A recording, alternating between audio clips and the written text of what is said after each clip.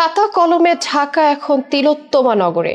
বিজ্ঞাপন চিত্রে ঝলমলে উন্নয়নশীল দেশের রাজধানীর প্রতিচ্ছবি, কিন্তু বাস্তবে খানাখন্দে ভরা রাস্তা, দখল হওয়া খাল, অসহনীয় যানজট, মশার যন্ত্রণায় অতিষ্ঠ নাগরিক জীবন। আর এই চিত্রই ঢাকার নিত্যদিনের বাস্তবতা। এই বাস্তবতার পেছনে বড় একটা দায় যেন থেকে যাচ্ছে একের পর এক মেয়রের হাত ধরে চলে আসা অনিয়ম আর দুর্নীতির। দক্ষিণ সিটির সাবেক মেয়র শেখ ফজলে নূর তাপস 2020 সালে দায়িত্ব নেওয়ার পর ঘোষণা দিয়েছিলেন দুর্নীতির বিরুদ্ধে জিরো টলারেন্স। শুরুটা হয়েছিল বেশ দৃঢ়ভাবে, দুই শীর্ষ কর্মকর্তাকে চাকরিচ্যুত করা হয়েছিল দুর্নীতির দায়ে। তবে সময় যত গড়িয়েছে দৃশ্যপটও বদলাতে শুরু করে। তাপস নিজেই হয়ে উঠলেন প্রশ্নবিদ্ধ।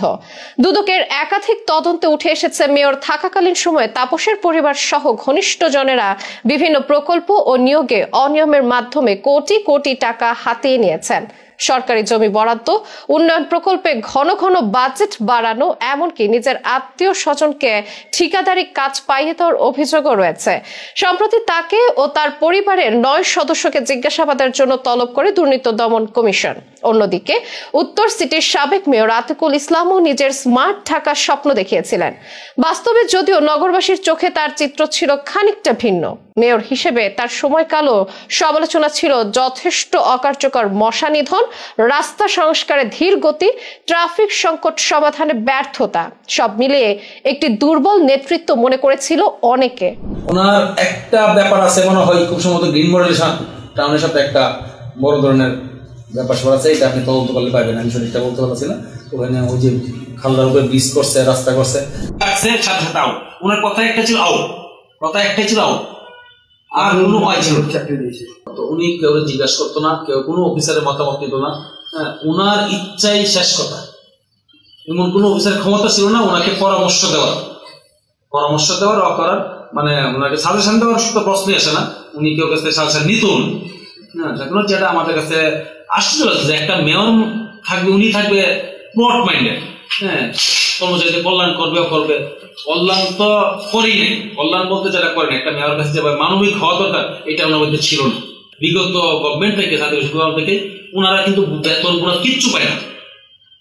অনলি 16-17 টাকা পাইতো বেতন হিসাবে, বা এইটুকুই ওনাদের সম্বল। তো মানবিক দিক হয়তো যেভাবে হোক বিবেচনা করে ওনাদেরকে একটা ঈদের সময় একটা বোনাস দিয়ে গেছিল, 3000 টাকা করে একটা বোনাস দিয়ে গেছিল। তারপর সবাই সেই বোনাসটা ক্যান্সেল করে দিয়েছে। 2024 সালের আগস্টে আতিকুল ইসলামকে দায়িত্ব থেকে সরিয়ে দেওয়া হয় এবং উত্তর সিটিতে নতুন প্রশাসক হিসেবে মাহমুদুল হাসানকে নিয়োগ দেওয়া হয়। দায়িত্ব নিয়েই তিনি বলেছিলেন, পূর্ববর্তী প্রশাসনের যে কোনো অনিয়ম খতিয়ে দেখা হবে, যা পরোক্ষভাবে দুর্নীতিরই ইঙ্গিত দেয়। নগর ভবনের কর্তার চেয়ারটা যেন এক একজন মেয়রের হাতে পড়ে বদলে যায় পারিবারিক সম্পত্তির মতো। আত্মীয় স্বজনদের অবাধ চাঁদাবাজি, উন্নয়ন কাজের নামে লুটপাট, নিয়োগ বাণিজ্য, এমনকি উদ্ভট আইডিয়া প্রয়োগের নামে কোটি কোটি টাকার অপচয়। এই চিত্র অনেকটা ওপেন সিক্রেট হয়ে উঠেছে নগরবাসীর কাছে। শেষ কথা হলো, ঢাকা বসবাস দিনকে দিন কষ্টকর হয়ে উঠলেও পাল্টে গেছে সাবেক মেয়রদের জীবনমান। দুর্নীতির দায়ে কেউ পদ হারিয়েছেন, কেউ তদন্তের মুখোমুখি। তবে নগরবাসীর দুর্ভোগ থেকে রেহাই মেলেনি আজও। আপডেটস নাও থেকে প্রতিবেদক আবু তোহার রিপোর্ট।